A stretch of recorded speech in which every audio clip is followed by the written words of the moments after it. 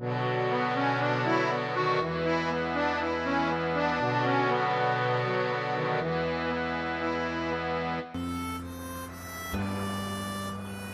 here for Umbra Games with a review of Overcooked 2, available digitally on PC and both physically and digitally on PlayStation 4, Switch, and Xbox One. Played on PS4 for the review.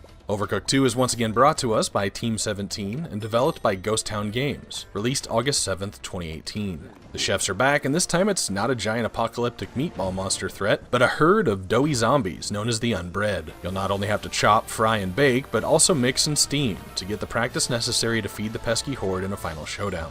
Overcooked 2 has you jumping into a variety of kitchens with their own sets of obstacles, and you control 2 chefs while playing solo, but most importantly, you can play the entire campaign with 4-player local co-op, and even better, Overcooked 2 mixes local and online co-op ability, featuring less physically throwing things at each other, but likely more rage quitting. The game continues to challenge your team's organization as well as your relationships, as you work to coordinate to prepare a variety of dishes for your hungry customers. Orders appear in the upper left corner from oldest to newest and show which meals and fixins are required for each case. Ingredients are available in boxes all around the kitchen. Most require chopping on a nearby cutting board before adding it to a plate, a skillet, or a mixer. Use X to pick up items and square to perform an action on that item. New to Overcooked 2 is the ability to throw ingredients with the square button once they're in your hands. This does not include plates, dirty or clean, or mixing bowls or skillets, but it is pretty fun trying to throw ingredients into the aforementioned dishes. One other hang-up that brought a little frustration in the first game was not knowing exactly what counter square your chef was looking at and then performing the action on. This is remedied with the square turning white that your chef is focused on. One thing I don't recall having an issue with in the first game, though, that's in 2, is the icon floaty bubbles that show cooking status or what all is in a mixer, as well as the HUD in the corners overlaying what's actually underneath it, causing a bit of confusion from time to time. Now, if you're playing single player, fine, you should remember what you put where, but when you have people flinging things all over the kitchen, it can sow a little bit more unrecognizable chaos. So once the food processing is done, you put the item on a plate and you rush it to the conveyor belt, and you're awarded the base price for the dish and tips based on your speediness. You'll also have money lost by delivering the dish after the colored bar timer on the order is drained. Sounds easy, right? Well, once the conveyor belts get fired up, the hot air balloons start spitting fire all over the place, the mines require an operator or the control stick moving platforms around, and the raft kitchens start shifting, the real challenge begins. Not to mention, food cooked too long in a skillet will start a fire that spreads to adjacent squares every few seconds, and things left in mixers too long will have to be tossed into the trash as well. The campaign world map returns, and you drive a bus to each new level in the 6 worlds. Completing it will open the next stage, but each stage does require a threshold of stars before you can open it.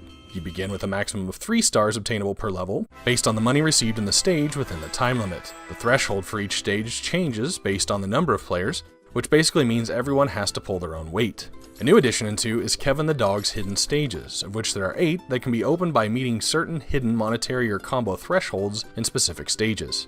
Combos are achieved by delivering consecutive successful dishes before their time runs out. Now there's a 4th star added to each stage in a New Game Plus mode after completing the campaign, but I do have to say the difficulty seemed a bit unobtainable. We tried the first stage several times, both with 3 and then 4 people, and even constantly serving dishes with pretty much 0 downtime, we couldn't ever hit the 4th star. Maybe there's something we're missing? As you complete stages, new chef avatars will become available for use, including a decent array of people and animals that can be changed at any time through the pause menu. Versus mode returns, allowing you to face off instead of work cooperatively, and on some maps, the counter borders are so close that you'll even be able to steal misplaced items from the other team. If you'd like to go online and just play some random stages instead of the full campaign, the game also features an arcade mode, where you pick your environmental theme, and the game will pick a random stage from the campaign with that theme, and throw you into the action. At the time of the creation of this review, there is one DLC expansion for the game Surf and Turf, adding additional chefs, kitchens, and recipes, with the standard price at $5.99. And also one pack that's just additional avatars called Too Many Cooks.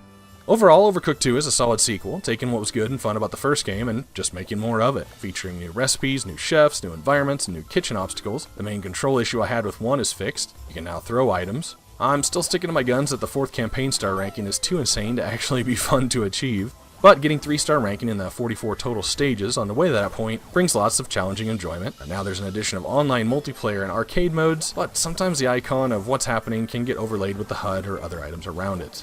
Rated as a frantic puzzle game, Overcooked 2 serves up an 82 out of 100 on my true 0 to 100 scale, where 50 is an average score. This is Gero for Umbra Games. Thanks for watching.